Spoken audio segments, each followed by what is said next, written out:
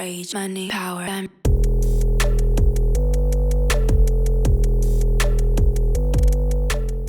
Hey everybody, today we're out here at Nanticoke Gardens out in Maine on Route 26. We're gonna see what it's like to go from greenhouse to customer here out at a garden center. Let's go get started.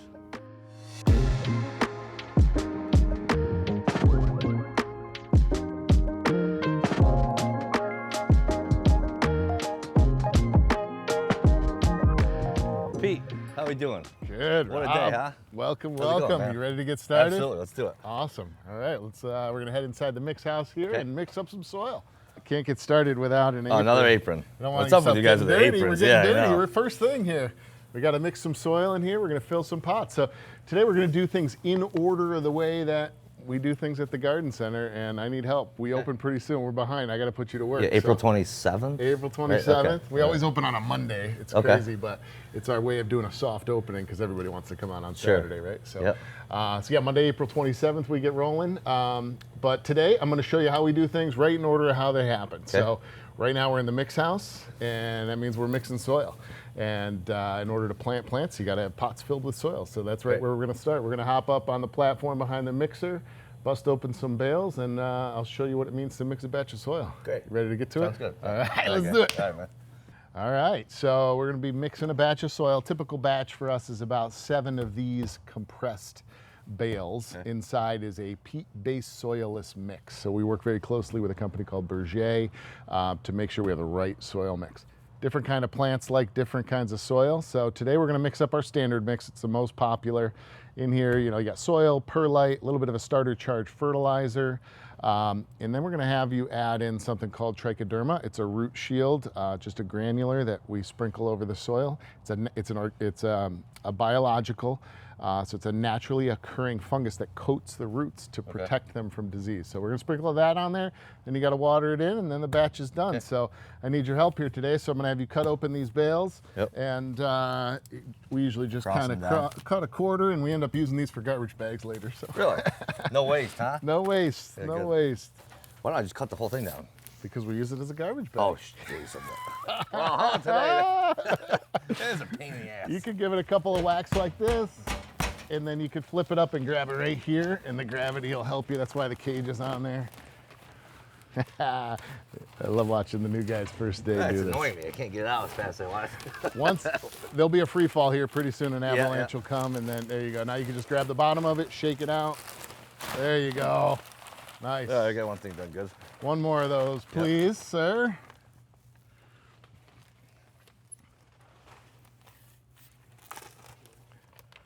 Excellent. See, now you're a pro. This one will come out nice and easy. I'll take that so you That's like don't. the old classic one. Yeah. But the knife, same as my dad used to have. Not the foldable ones, you know? Yep. So in the wintertime, these bales naturally have moisture in them. So they are solid bricks. So we have to build a heat room to keep them moist. Really?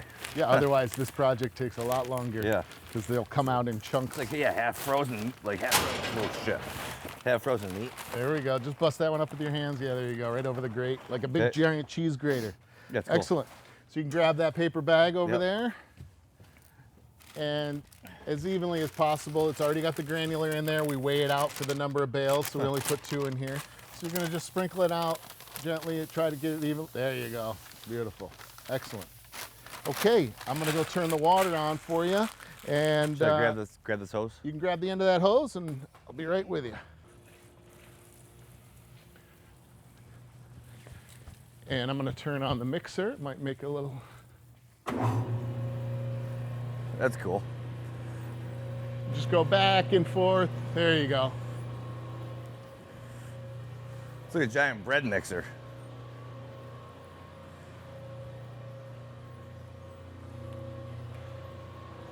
All right, so you kind of know it's done. Go ahead and get all the way in the back there. Yep. You kind of know it's done when it starts coming over in a solid sheet. More like dough. Yep, kind of. And we're about halfway there. Go ahead and make sure you get the corners. Good, good. Back and why is forth. It's a little stubby. It's like tiny. I want more slack. All right, so we're gonna give it another 30 seconds and I'll shut the water off.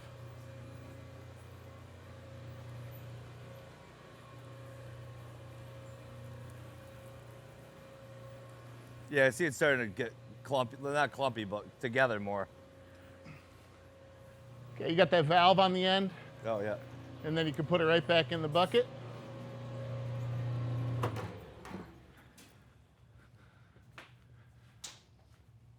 Now what?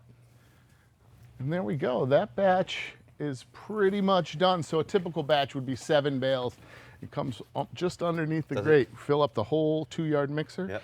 And then we would send it over on the conveyor belt to the flat filler. Next is the flat filler. Great. All right. Let's go fill some flats. Never said that before. All right, so we're over here at the famous flat filler. Again, this thing's been here since before I got here. But it is tried and true. It's a pretty common machine you'd see in this environment, Gleason flat filler.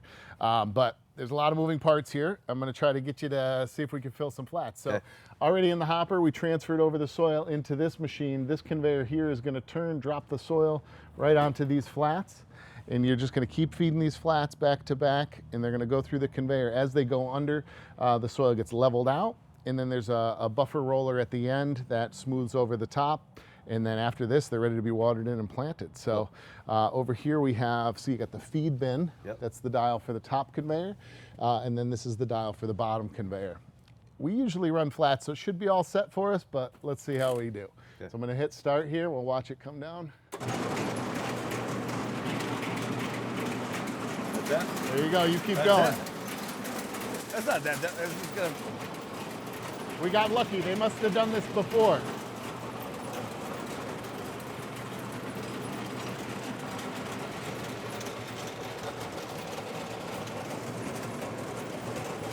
Turn it all the way up on you. Yeah, it's definitely a little faster now.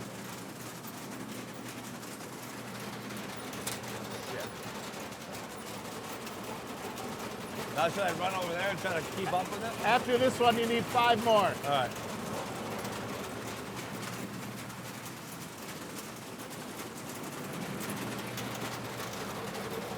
They're coming off the line. They're almost at the end. You got to catch them. Actually? I think it's the last one.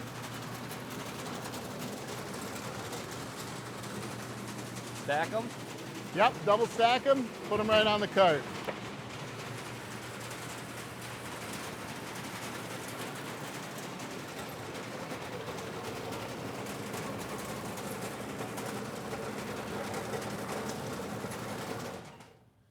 They actually did almost go off the end. It almost I don't know came if you to were the kidding end. or what. No, you did good. This is perfect. So nice, even top layer, not too much excess soil. You can see the little white specks in there we talked about it earlier, the perlite. That just allows for more drainage. So it gives some pockets for the water to go. That's what it's for, okay. Yep, it just allows for more drainage, more porosity. So cool. Good job. Finished in the mix house. We're gonna go fill these flats with some plants. Okay. All right, good job. All right, good. All right, now that we got some pots filled, we got to get some plants in them. Okay, next step. So we're coming over here to house 11. Okay. This is called the propagation house. Nice. So this is really where all the plants start. So we have seedlings in this house. We have unrooted cuttings in this house. We'll create our own plugs for transplants in this house as well.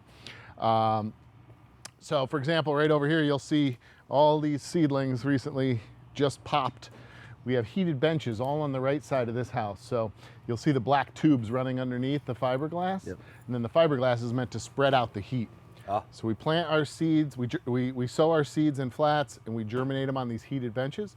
Then when they get big enough, we take them off the heated benches and move them over to the colder side of the house where they grow on, but they stay a little bit shorter so they don't stretch. Then they leave this house and they get transplanted in other houses, which will be our next job. But for now, we need to plant some seeds, just like these guys. Okay. So we also do some cuttings. You'll also see under this remay, certain plants need to be covered, and we create a microclimate. So underneath this remay, it traps in the heat and keeps the seedlings covered. But these guys just popped in about 3-4 days. They'll come off of here and go in the cold side. Plain Italian. You got plain parsley. Italian parsley, yep. So everything's got to be tagged, everything's got to be organized, because when they're young plants, they all look the same. Yeah, really. Right? So we grow 57 varieties of tomatoes. Got to make sure you get your tags right so that the right tomatoes pop. So it's time for us to make some of our own seedlings. Okay. We're at the time of the season where we're done sowing row seeds, like you see here, and it's time to do direct sow. What that means is we directly sow the seeds in the pot that we sell them in. So these are 2.5-inch pots, and we're going to start with some cucurbits. So the whole cucurbit category is what we've started this week. So today I'm going to have you plant up some or sow some seeds for cucumber market more. It's very important before you start. You check the worksheet market more, you check your seed packet market more, and you check your tags for market more to make sure you have the right thing. Because again, all seeds look very similar. Yeah. And once they pop, you can't tell the difference. You got to make sure this is the time to double check. A cucurbit, Yeah. whatever you said, is a fancy name for cucumber. It's like the category. So squash, zucchini, cucumbers. Got it. The family? We call, I don't know if it's right or not, we call it the cucurbit family. Yeah, it's the category. Got it. Yep. Annuals, perennials, cucurbits, that's what we call it here. Yeah. Whether that's right or not. Yeah, it's okay. It's right here. So today we just have to do 1 tray of 2.5-inch pots for cucumber market more. And I'm going to do the first couple for you to show you how it's done, and then you're going to follow suit. So on cucumbers, we plant 3 seeds per pot. Close that up. You always want to close these mylars too. You don't want to expose your seeds to any moisture, any more moisture than they need. So we're going to make a hole down to our first knuckle right in the center. So I'm just going to do these first 4. And you want to grab 3 per, because they say you want to plant 3 plants to a hill. When you look at the instructions for how to plant cucumbers, the back of that tag will say something like plant 3 plants per hill. So when we put 3 seeds in each pot, we've already done that for the customer. So customers don't realize that they don't have to get 3 plants now. They just have to get 1 pot with 3 seeds in it, and it's ready to go. So I'm going to hand those over to you. And when you need more, you need more. Let me just show you one more thing. You triple check your tag, because sometimes there's different varieties of cucumbers, and we got market more, and market more on the seeds. And then the tags go right in the front left corner of every pot to try to get them uniform. And that's it. The last time I was here, they were the back left. A customer moved them on us. Yeah, right. So perfect. Yep, that's the first depth. knuckle, 1 inch. That's the depth. You're good. We do multiple crops of cucumbers. If you're familiar with how quickly cucumber seedlings grow, we actually plant a crop of cucumbers in these pots once a week for the next 8 weeks. Oh. And that way throughout the season, we constantly have cucumber plants the same size.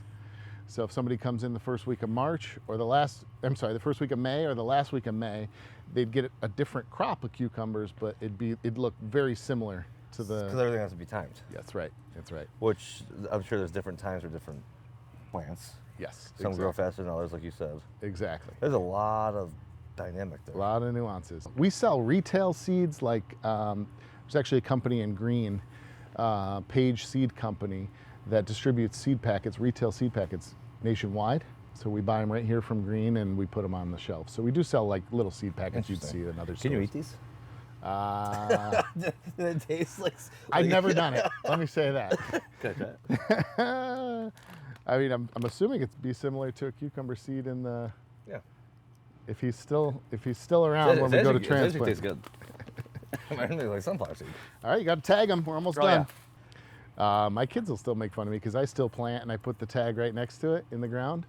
And so you leave those tags in there, so you got to know what it is. Oh, it was one off. One off. All right, that's it for the cucumbers. Right. And we'll get those off on a heated bench. You need to propagate on a heated bench. So as I mentioned, you got to put them on a heated bench, and the heat is part of what pulls the roots out of that seed. Okay. A little bit of mist on top when we're done planting them. Heat, we call it bottom heat, and it'll help propagate those seedlings. Pretty straight lines. Pretty straight lines. I can see I'm a barber. All right, good job. We got the sowing seeds down. Now we got to transplant some of these little seedlings into bigger pots. So all right. On to the next house. Cool. So here we are in house 7. This is where we grow a lot of our edible crop. So from seed. So tons of herbs in this house, lots of veggies. So you got some sweet basil there. The local Italians love the sweet basil, love to grow it on their windowsill. So today we're transplanting some peppers, and I could use your help getting some pepper seedlings into their pots. So we're gonna get right to it. So we grow about 30 plus varieties of peppers. I lost count anymore, but a lot of different varieties. So I know we talked about this when we were planting cucumbers, but tagging is very important. It's very important we only do one variety at a time. As you can see, once they get planted, they all look the same. So we got to make sure we plant, then tag, then plant, then tag, so you never forget which variety you're on. And the tags look very similar, so that's a good point. You got cayenne long slim and hot red cherry. Yeah. So we're going to pick up where they left off here with the hot red cherry. Very similar. I'm going to show you how to do the first couple of packs, and then you can finish it up for me there. But we do things the old-fashioned way. So this is row seeding, it's called. So we use a machine to sow the seeds in furrows, and then they come up in rows. And you'll see it once I start breaking them apart. They're all in a row. We'll take a handful and plant one seedling at a time. Okay. While we're planting, it's also important to grade them. But I'll get you started here, and I'll show you what I mean by grading. You just grab a chunk of these plants here, just like that, and you hold them in one hand. And then when it's time to plant that seedling, you grab it right at the base of the soil and you just rip it apart. The roots will come with it, okay? And you want to plant it fairly deep. Just follow your finger right down in there. You do not want to bury the last set of leaves. Okay. The bottom leaves, right? So you got the roots there, and my finger's at the bottom of those roots, and I'm pushing them right down, closing that hole. So you're bringing that bottom all the way to the bottom. The bottom of this, to pretty much the bottom of that hole. There's a little bit of a feel for it, so Where it sits to get. you don't want to go too far. You want to make sure the roots are touching soil, but the way these dibbles are set, they don't go all the way down to the plastic. So the two rules are: you want to get the roots down pretty well into the soil, and you don't want to bury the first set of leaves. So those are kind of the two rules. So you kind of want to get a feel for it. So there's a lot of small ones. If they don't have their true set of leaves yet, we usually skip it. Got it. The true set of leaves are the next set that come out. That's when you know it's ready to be transplanted. Got it. Looks like you got fat fingers for this job. I kind of do. I'll give you one pointer. If you have it on the inside of your finger, and then you just lead your finger down with it, it'll take it right down, and then you can adjust. It's easier to pull up a little bit than push down a second time. Yeah. Make sense? Yeah, kind of. So I'm leaving that on. Yeah, right, just like that, and then Okay. stick your finger right down in with the roots. It'll go with Like it. that? Yeah, yeah, and then you can tweak it and adjust it. Like you've got, they're crooked. What's Don't up with worry that? about that. As soon as you close it and then we water them in, it'll help stand them upright. Hot peppers like heat, so Well, that makes sense, I guess. you got a couple you missed in there. Well, because these ones are too big. That's good. He's got grading down.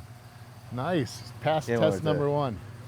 So Now I got to find one. don't overthink it. Just grab a handful Okay. and then, because this is, we got a couple more flats to do, but not much. This is satisfying. You like it? These. Putting the things in there was a little Oh, frustrating. tagging it is satisfying. I don't know why. Most people think transplanting is the satisfying No, therapeutic. this is great. And for some reason, I like the tags over there too. All right, well, you could be a full-time Yeah, I'll tagger. come tag. So it gave you a good snapshot of, Yeah. how we get to this point. But we sell these plants just like this. Well, maybe not this flat. Yeah. But we sell these just like this Yeah. to customers. Not this correct. Yeah, I'm glad you got to come and see how we mix our soil, fill our pots, start our seeds, and do some transplanting. So from here on out, we got about 3 weeks left before we open. So we got to take care of all these plants, make sure they're primo, because again, our season is so short. It's important. I think steps like this in the supply chain are important. If you want to have a garden in upstate New York, you get the best bang for your buck if you go to a garden center, because you can extend your season. Other people are starting their seeds just now, and we've already transplanted the plants because we have the perfect environment. Yeah. So hopefully it's a win-win for everybody. Puts a lot of people to work here, and people enjoy shopping here. So I hope we can keep that going. But Yeah, there's a lot more here than you would expect. I mean, when you buy at the end of this process, you wouldn't expect all those little steps go into the big picture. That's right. When you're talking about thousands and thousands of thousands. flats, I mean, right it's here a lot of is- soil, a lot of people. This has got to be what, 5,000 plants right here? Probably more. Okay, so Every bench fits like 50 flats. Every flat has 50 plants in it. and you have So how that many greenhouses that we haven't been in? 15 Yeah. 15 ground to ground houses they're called when they connect ground to ground, and then we have the big greenhouse in the middle. A lot of plants. A lot of plants. A lot of plants. Well, thanks for coming out today. Yeah. It's great to show you around. I'm glad you got a little dirty. Good deal. And Good times. Yeah, we'll Yeah. see you in a couple weeks. April 27th 's opening day. Well, I'm going to put this one to the side. Yeah, but it's and I'll see how it come looks pick it up. when you're I'll going to have a come pick lot it of up. peppers. Half of them are die. All right, man. Thanks Cool. for coming out. All right, man. Good deal. All right, everybody. So you just saw what it takes to run a garden center here out on 26 Nanticoke Gardens. We did some planting. We did some soil. We did a lot of cool things. I learned a lot myself. A lot more goes into the production from this stage to the customer. So now you're gonna see us at the barber shop. We're gonna learn a little bit more what it takes to run a garden center. Thanks for watching.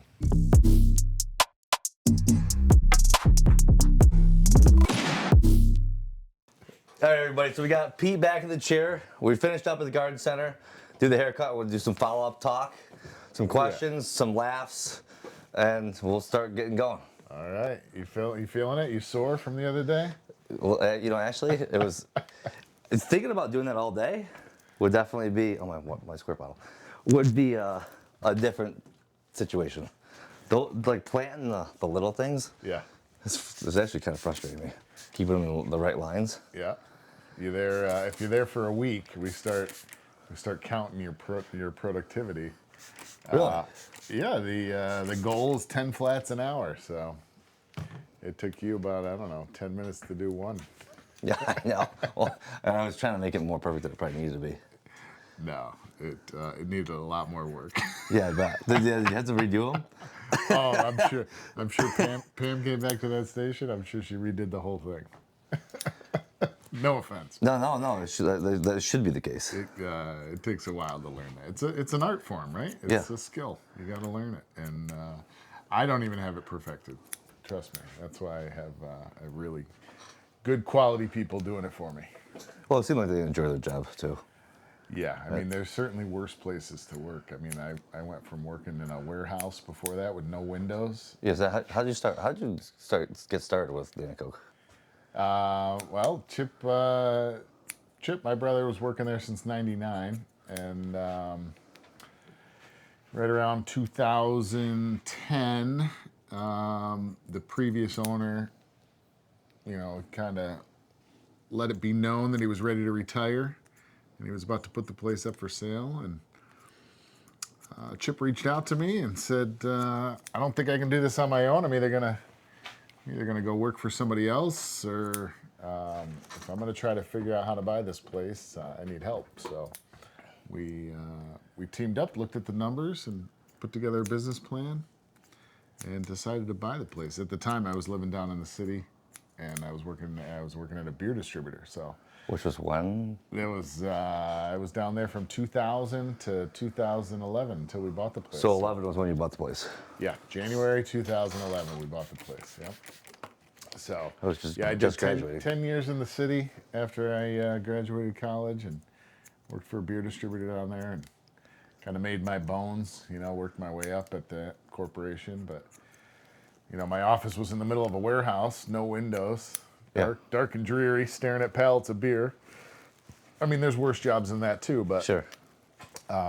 certainly learned a lot about business and managing people and processes and all that. But living in the city's a grind. They call it a rat race for a reason. I love visiting. I couldn't imagine living. Yeah, I was young. I was 21 to 31 pretty much, and my girlfriend at the time, was down there, so chasing love, hanging out with friends. Lots of music when you're young in the city, so the city's great when you're young, but That's a great thing. come early 30s and you're spinning your wheels, everything's so ridiculously expensive. By that time, too, we had 2 kids, and Endicott's hometown for me, so I had finished my master's degree down there. So by the time he called me in 2010 and was like, "Hey, you want to try to figure this out together?" It was the perfect time. Sure. Time to get out of the city. And Honestly, the idea of working for myself was very enticing. I can relate. Yeah, you know the deal. Your car, well, it says a lot about you. Make sure it says the right thing. Our sponsor today is Broome County Customs. They turn your everyday vehicle into head-turning statements with premium wraps detailing, window tint, and more. They also offer commercial vinyl services to help your business stand out everywhere you, in your work or your personal vehicle are. Check them out at 55 Whitney Ave in Binghamton or click the link in my bio to see their full website and packages. If you use discount code FTC2026 or come in person at your next haircut and get one of their business cards, you will save 10% on your next service. So go check them out. I'm telling you, you won't be disappointed. So over in the garden center, what's some of your biggest challenges that you have? I know it probably changes throughout the year, but what's some of your highlights? In upstate New York, owning a garden center, I mean, the biggest challenge is the seasonality of it, right? So you see some plant shops and some garden centers try to stay open year round. They try to do Christmas stuff or fall stuff. It's a grind when really all the business is in the month of May. So the hardest part is the seasonality of it and all of the things that come along with that. So staffing for seasonal business is really tough. Nobody wants to just work, well, not a lot of people just want to work for a couple of months. They need something more steady, right? Sure. So it's really hard to find people who are willing and able to work for just 4 or 5 months and then go on to something else and then come back again the following year. It's almost impossible to find people that are willing to do that and good at what they do. Yeah. So over the years, we've been really fortunate to find some people that jive with the season, jive with the work, and jive with Chip and I. I mean, it's super stressful, and we're really hard workers. And when people see the bosses work that hard, they kind of feel compelled to work just as hard. And some people don't want to. It's not easy. What's your favorite part about owning a garden center? I'd say, you know, like I said, working for myself, you know, working with my brother, working with family, my wife, my kids. It seems like, I mean, as long as I've known the place, it's kind of a community staple, at least out this way. For sure, yeah. That's a big piece of it too, is that we feel like we're connected to the community. I think part of the panache or part of the, you know, aura of the place is that you can come in and talk to the people who actually grew the plants, right? Sure. Our industry has turned into, there's wholesalers and there's retailers. You know, and most of the wholesalers are down south now, where it's, you know, you don't have to heat, you don't have to heat the plants in February and March like we do in upstate New York. It's a lot cheaper to grow them. And then they just truck them up here and they sell them at retailers like Home Depot or Lowe's. Okay. And that's really where the industry has gone. Yeah. New young homeowners, they don't know to go to a garden center. They go to Lowe's. They go to Home Depot. They buy, and those plants are coming from North Carolina, South Carolina. They're not acclimated. I was going to say they're not acclimated. Yeah. So I think, you know, you bring up community. I think once you do get a customer to come shop at the garden center, and they have a good experience talking with the people that grew the plants, and they take the plants home, they have a good experience with the plants, then you got something. They tend to come back the next year. Sure. And when you look at the pricing, it's really not that different. No. Because we're able to grow them and sell them, so we're able to keep some of the costs down because we don't have that extra step in between, right? Where the wholesaler has to make a margin and the retailer has to make a margin. So at the end of the day, the price, we're able to be very competitive with the big box stores because we don't have that extra step. And I'll tell you too, it's easy. I've bought plants at Home Depot and Lowe's, right? But Guilty. on the fly, I'm right? guilty. I've done it too. Right, but going to your place has got a nostalgia, just like in the video we just shot. Yeah. It has a nostalgia of being in greenhouses like that with all chock full of just plants. Yeah. You don't have birds flying around and the Lowe's, like, which always made me laugh as a kid. Yeah. But it has a different feel. It has a different nostalgia. It's like going to a mom and pop store, right, you have a different For sure, yeah. camaraderie, different vibe. Absolutely. So how many suppliers do you work with directly? Um, I'd say there's maybe 4 or 5 major suppliers. And when I say suppliers, you're talking, we get our seeds Yep. from 2 or 3 major companies. But then there's some seeds you can't find at the bigger suppliers, so you got to go seek them out. Like for example, the hottest peppers in the world. We grow Carolina Reapers, we grow Trinidad Scorpions, we grow the ghost peppers, and a lot of the major seed suppliers don't stock those genetics. So you have to go find them, and it's usually from the people who created those genetics. But so I'd say 4 or 5 major suppliers, and a couple of them are brokers. Okay. So they broker plants from all over the world. What do you mean by that? So there's different greenhouse companies all over the globe that specialize in certain types of plants, and it has a lot to do with the climate that they're in. So a lot of plants come from cutting, meaning that, or a clone. So there's big wholesale growers that grow stock plants of thousands of different varieties of maybe just geraniums, and they just specialize in geraniums, and then they take cuttings off those geraniums, and then they ship them all over the world to people like us so that we can propagate those geraniums. So, they may have 10 giant geranium plants of one variety, like a pink calliope, for example, is a type of geranium. In calliope. Yeah, and they may grow 10 plants of those, and those 10 plants may have 150 branches on them. And each one of those branches can produce another plant. So they'll take a cutting of those, bag them up, ship them overnight to us. We open up the box, we stick those in soil, put them on a propagation bench, and we can propagate. Huh. I wonder when they figured that out. That it's like clipping and then growing something off of just a little branch. Yeah, What's it called? Propagation is okay. the term for it. A lot of people call it cloning or Okay. taking cuttings. But you're essentially taking that plant and reproducing it by just taking a cutting of it, putting it in the perfect conditions, usually around 72 degrees soil temperature, give it some heat on the bottom, give it some mist, and in a couple of weeks, you'll have roots on it. Huh. That's wild. I make it sound easy, but Well, it's got to be the perfect conditions. sure.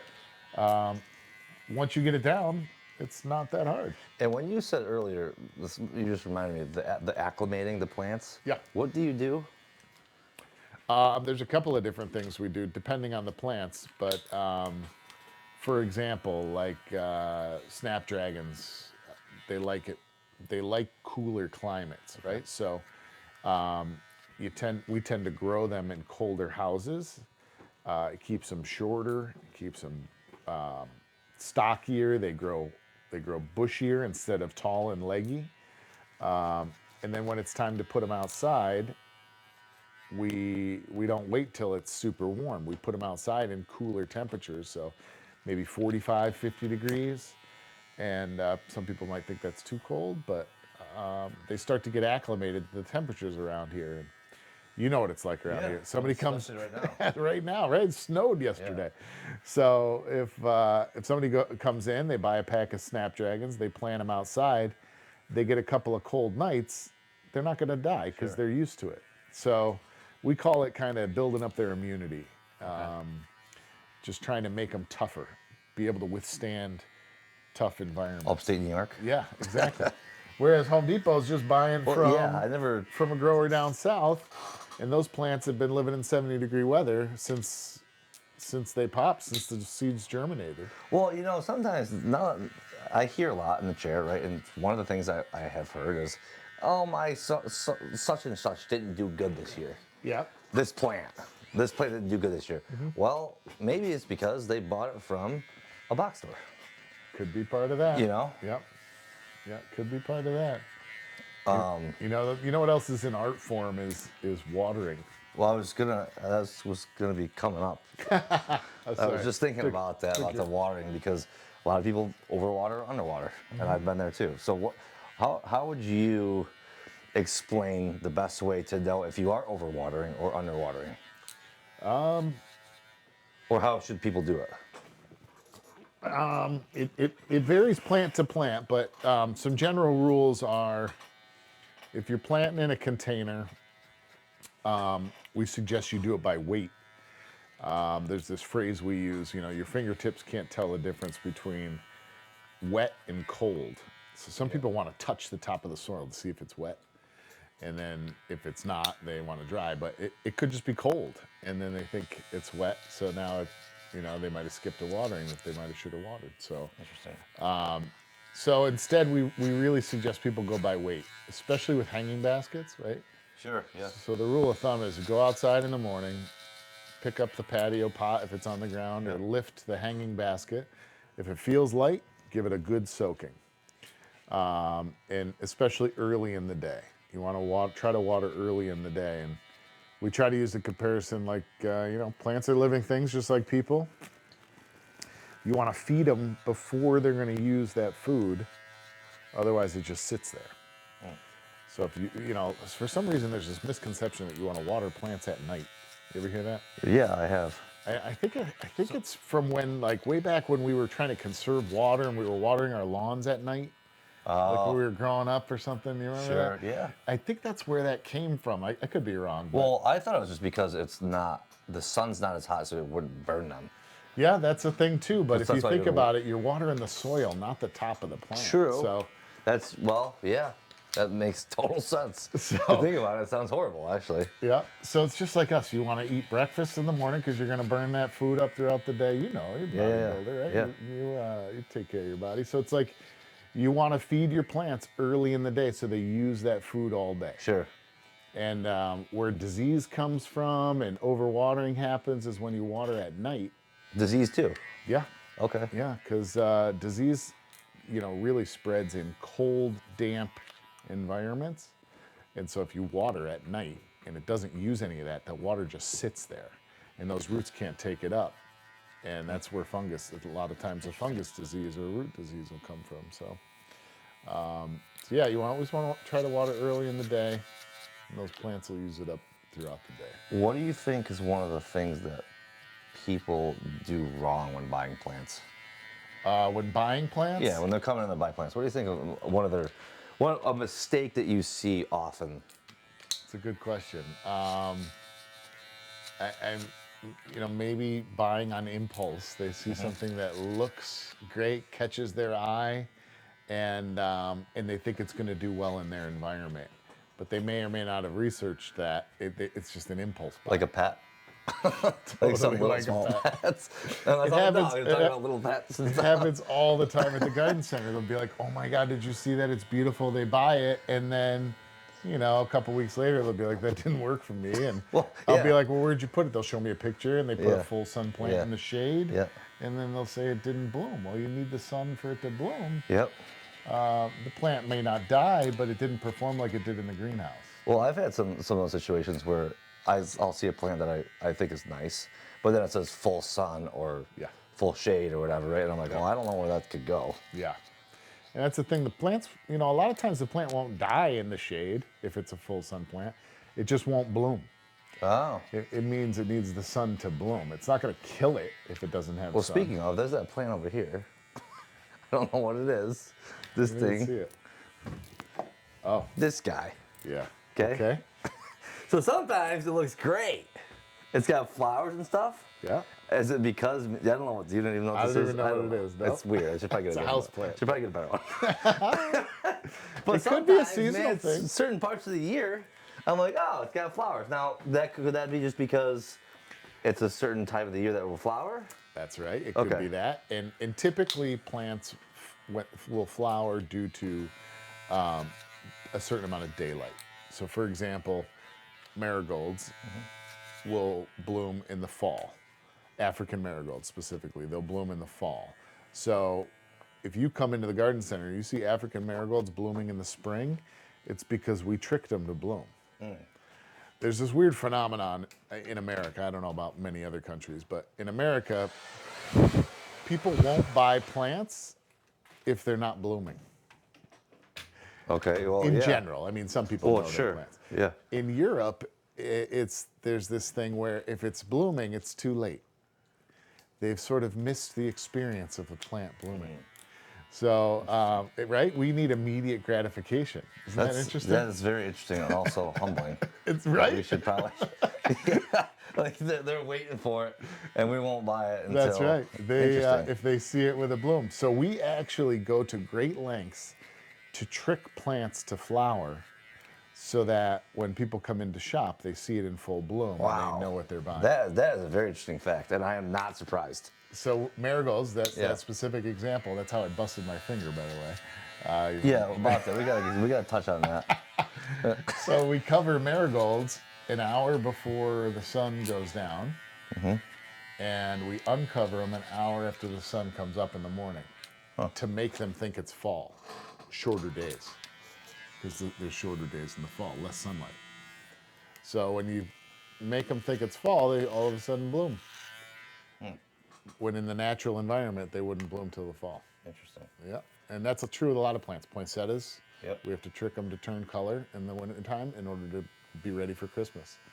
So that reminds me of the one saying, it's the journey, not the destination. You know, Yeah. right? So Yeah. we're all about the destination a lot of times, right? Just get I us try there. to work Are we on there that. yet? Are we there yet? Yeah, I try to work on that myself with most of life, and in Europe, they're waiting for the blooming, and we're all over here buying bloomed. Different experience. Right? Very different. You been to Europe? Yeah, a few times. It's quite a life-changing experience itself. Yeah. Now next time I'm there, I'm gonna be thinking of all the plants that they bought to begin with that were not bloomed. They're just that looks so weird though. That's right. Just the garden center with nothing. Yeah. Like You just think about the tags. the vegetable section though. That's what it is. True. Just so those tags that I put in. Yeah. That's the only form of That's it. knowledge that you get in Europe. That's it. You got to trust your gardener, trust your farmer. So what happened to the finger? So I was covering the marigolds with plastic, Oh, okay. and we literally take a sheet of black plastic and cover it over the bench. So the bench is like 6 feet by 13 feet. Yep. And the plastic got caught on the bench behind me. And so I reached to go grab it, and I lifted it up, and my hand went right into a fan. See, if you're shorter like me, Yes. If man, how'd that feel? If I were only shorter, said no one. Did you feel it? Until today.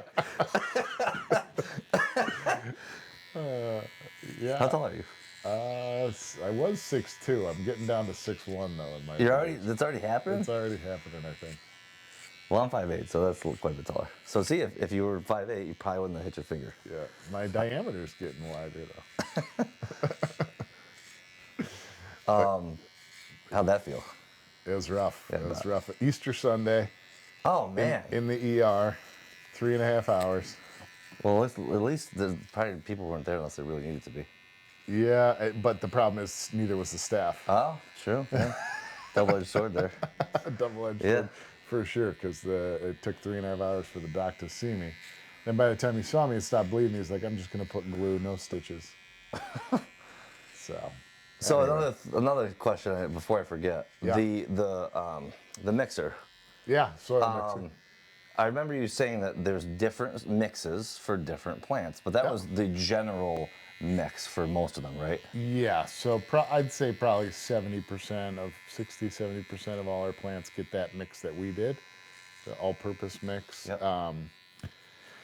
But geraniums get their own type of mix, so they need a different pH in the soil. So Okay. we actually add lime to the soil Okay. to change the pH.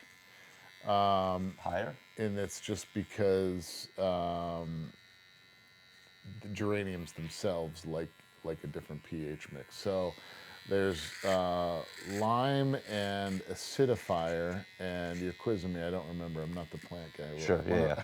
Well, yeah. One of them increases the pH. One of them decreases pool. the pH. Exactly. Gotcha. So we add lime just for geraniums to tweak the pH a little bit, and then Oh, acid decreases the pH, so you got me there. So the lime Sure, will increase it. Interesting. So we actually have what allowed me to remember is we use well water at the garden center, and the pH is really high, 7.2, 7.3. In order to drop that down, we have to add acid to the water. Okay. Really low doses of acid, but enough to drop the pH down to like, I don't know, 6 something, so that it's more balanced. Sure. We play the law of averages, right? We have so many different plants that, like I was talking about that specialty grower down, in Central America or whatever that grows just geraniums. Well, he's got it easy. He's just got one plant to worry about. We grow everything you could think of, and we're known for variety. So there's no way you could have special fertilizer for everything and special soil for everything. So you work on laws of averages in order to keep everything relatively happy. You're on a well. We're on a well. Yep. To my knowledge, to my little bit of knowledge of well, doesn't that run out? No, we're on a giant aquifer. It must be massive. Yeah, I mean, our namesake, Nanticoke, right, comes from true, yeah. The Nanticoke Creek runs right through there, so... Is that why it's put there, maybe? No. Why the garden center's put there? Yeah, because... One reason, I mean, whenever you build a garden center, the first thing you look for is a good water source. Okay, so that's part of the reason you're there. Interesting. Yeah. On a busy weekend, we might go through 10,000 gallons, Yeah. Because we have 2 people that are just watering all day long. Because you're probably, 2 miles from the Susquehanna? Maybe a mile? So you got your Nanticoke Creek comes down and dumps in the Susquehanna, for those of you that don't know. And they're right on that portion of the Nanticoke Creek. That's correct, exactly. Yep. Interesting. Yep, so when the flood of 2011 happened... Yeah, you were probably smoked. We got crushed. Yeah. And it was because the Nanticoke flows into the Susquehanna and it overflowed. So we were the first ones to get flooded. Wow. In the area, anyway, because it backed up. That's one of the bigger... Well, the Shenango River, Nanticoke's not a river. No. That's one of the larger... Pretty big creek, Yeah. Yeah, it's probably one of the biggest creeks we have in the area. And it's probably borderline a river at a certain point. Yeah. It's because where I used to go fish down by the handicap baseball fields, Yep. it gets pretty big up in there. Yep. It does. You're a supplier down in the South America. Yeah. How do you get those up here? What's that process like? Yeah, I mean, they have to get them here quick, right? Because the plants are still alive. So they ship, they'll take all the cuttings in one day, and then they have to ship them overnight, and then we have to plant them the very next day. It takes a lot of planning, so they'll call us and be like, we're going to start. And then they'll call us and be like, okay, they just shipped. They just came and picked up. Here's the tracking. And it doesn't always work perfect. I could imagine. I mean, sometimes they'll ship on a Thursday. We'll get a snowstorm. They'll get stuck at FedEx in Conklin. Yeah, because you're getting these in the middle of what? February is a big time for cuttings. February, early March, sometimes late January. One of the things, I don't know if we spoke about it there or I talked to you in the past about, you have two different, so your opening day you have one set of all these different plants, and then you have to have another set on standby. Yep. What type of logistics do you have to have that happen? Because that's a lot of timing. Yeah, a lot of inventory planning. We start in August, September doing inventory planning for the next year. And whenever something runs out of stock in the season, we write down the date. And we use that information to determine what to grow the following year, when to have it ready. And sometimes that means growing 2 crops. So tomatoes, for example, we do a total of probably 15,000 tomato plants, but you can't have them all ready the first week of May. Sure. Because if somebody doesn't want to plant their tomatoes until Memorial Day, they'll be too big in that 4-inch pot because we got to take care of them every day. We got to water them. So you have to split up the season into 2, sometimes 3 crops of the same plant to time it for when people want to shop. Do you ever have too much? Sure, yeah. Yeah, I was wondering about that because I mean, too much and too little is the risky part of the game. You want it to be perfect, and we grow so many different plants. It's really hard to try to get them all right.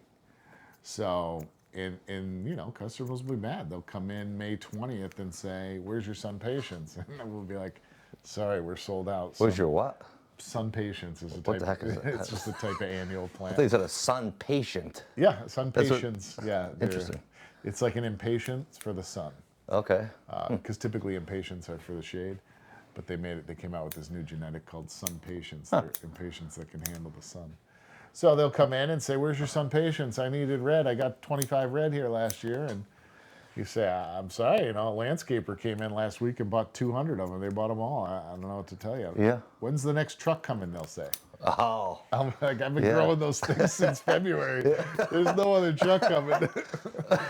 So it's tough, you know. It's tough to please everybody, but at the same time, you just have to work the numbers. You know, if you ran out on May 20th last year and you still had 20% of your business left, you grow 20% more next year. That's how it works. So about the customers, what do you have any funny stories about customers? Oh boy! I mean, I'm sure you got a lot. Anything you want to share, or something that people often do that is comical, I guess, to you guys? Yeah, I mean, I don't want to disrespect anybody. They all got their own things, but it's sort of comical to me when people will bring back dead plants. It's oh, well, yeah. It's really kind of funny because my first line, I don't know how to, you know, without being rude, I don't know how to say it, but like, "Why did you pick that one?" And they're like, "Well, it didn't look like this when I bought it," will be the response. And I'm like, "Well, why does it look like that now?" Yeah, that's one of the things that didn't make it. So, but it looked good when you bought it? Okay, so it's got nothing to do with me. That's a good question to ask. Why'd you pick that one? So that's a pretty common conversation. Less and less people bring plants back. Yeah. It used to be a pretty common theme. And you know where it comes from is big box stores have these guarantees. That's what I was going to say. I knew it because... And that's their way to compete with smaller farmers and smaller businesses. Because it doesn't matter for them. It doesn't matter for them. And I'll tell you, and a lot of people don't know this, but the big box stores have this system called pay by scan. So Lowe's and Home Depot, they won't pay their growers unless it goes through the register. Interesting. It's consignment. Right? So they'll get a truckload of 500 petunias, and unless 250 of them went through the register, they're only going to pay you for 250 if you're the grower. Okay. Interesting. So obviously we we grow our own stuff. Careful talking. You know how many mustaches I've cut off? It didn't look like that when they came in. Like your plant. That's funny. Eyebrows too. Sometimes I'll do somebody's eyebrow. And you know when people talk, you know their facial expressions. Oh, yeah. I'm one of them, and they'll raise their whole eyebrows, and I'm doing their eyebrow, and like the dangers of from they'll the chair. have a half an eyebrow or like a half width of an eyebrow. You got from the chair insurance. Yeah, we don't have that. There's no guarantees about talking, but seriously, then sometimes I'll tell people, all right, you got to stop, right? Especially if they came in after a long day of golfing, and they're kind of excited from being drinking all day. Oh yeah. I can't get them to stop. I can't do the beard, and I got somebody else coming, and I'm like, hey, you gotta. You're over time here. Yeah, well, yeah, because like, we gotta get this line done, and they're like, okay, and then I'm seeing their gears turning in their head. They want to talk so bad. Oh, that's funny. So, anyways, enough about this is about the garden center, but so I'm sure you definitely see a lot of interesting things and people coming in that are really enthusiastic about plants. People really love plants. They love their plants. Oh, like, yes. You have your animal lovers, you have your plant lovers. Oh yes. You have a little bit of everybody in And society. I think that's what makes our place work. Is Absolutely. That, some people just want to come in and talk to the growers. Talk plant. And talk plant. Talk plant. Yeah. That's cool. And it's like that with any hobby, though. You know, I used to try to brew my own beer. I was terrible at it, but I would try, and I would always want to go to the place and talk to the guy about brewing my own beer. And it's that kind of experience. Where people come in with their pictures, They want to show me the garden from last year. It's great. It's awesome. A couple of it.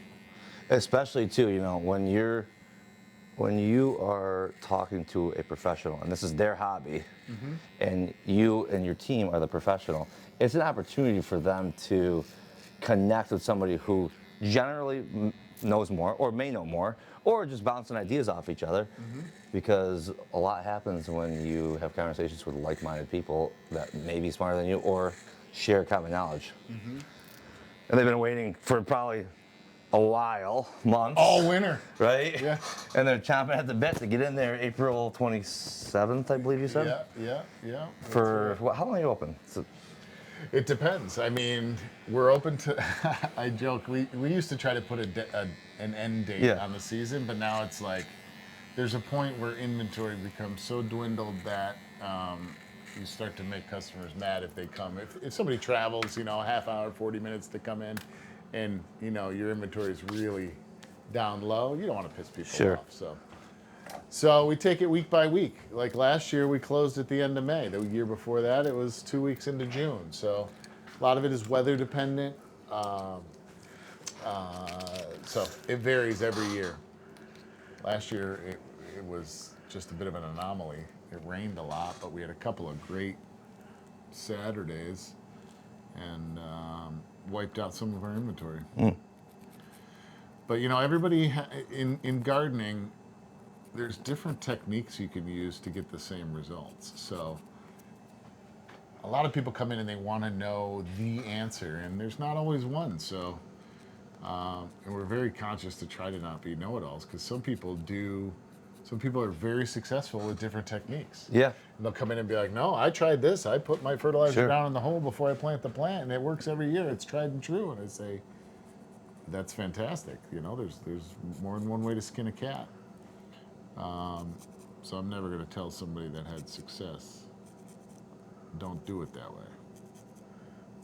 Well, it's almost like unorthodox ways that may not seem to work or may not be the popular way. But you wouldn't read it in a textbook. Sure. But it's been passed down generation to generation by their grandparents or whatever. Yeah. Especially the grandparent stuff. Yeah, you can't mess with that. No. Nope. And a lot of it, I mean, some of it isn't right, but a lot of things you hear about grandparents this or grandparents that. Yeah. It works. It might not be the most efficient, right? But like some really interesting things come from being passed down. Yeah, and I am the last person to tell them they're doing it wrong. Yeah. No way. Yeah, especially that. With plants about their grandparents. Yes, exactly. Exactly. My grandfather was big on Miracle Grow. Yeah? Very big on Miracle Grow. Yeah. And there's nothing wrong with that. You know, I mean, we don't sell Miracle Grow, we don't use Miracle Grow, but so many people are successful with it. Who the hell am I to tell them not to use it, you know? Yeah. So we stay away from those kinds of things. Yeah, you should see how that goes. Tell somebody that's not the way to do it. It's not the way we should do it. You do it, you should do it. You're going to tell me I've been doing it this way for 50 years? Yeah. No, I am not going to tell you. Yeah, I wouldn't either. People take that shit they're serious. They take that for real. You might want to refund some of those plants that I planted for people if they're out for sale. They're not going to make it out for That's sale. good. That's right. I should have just taken those right with me. They're employee freebies. That's good. Yeah, do you have stuff that doesn't do well for whatever reason? Like, is there like stuff that, you know, 2 months later isn't just flourishing? It's just a bad plant or something? Does that happen? Sure. Plants are just like any other living thing, right? You can get 200 of the same plant, and 2 of them don't make it. These ones are just duds. They either are duds, or they were a little bit weaker, or the cutting was a little different, or it was in a different place on a heated bench. Who knows? Let me hit this real quick. Oh, I think we didn't cover every single thing. Is there? It's a lot to cover. There is a lot to cover. My 16th year there. It's crazy. Wow. This is number 16. Is there anything else that you think you want to cover that we didn't? No, we're think we got we're pretty excited to thorough. open. We're excited to see everybody again this season, and you know, it's really a community event. We work so hard. There's a lot of people we don't see except for at the garden center. So Yeah. so it's actually as much as it's work, it's also our social time as well to reconnect with the community. So looking forward to opening again. Well, that was a good time here. We had a great time there. We all hope you guys learned something. We hope you laughed. If you liked what you saw today, please like, comment, and subscribe, and we'll see you on the next episode. Thanks for watching. Thanks for being here, having me. Pete. Thanks for having me, bro. Rage, money, power,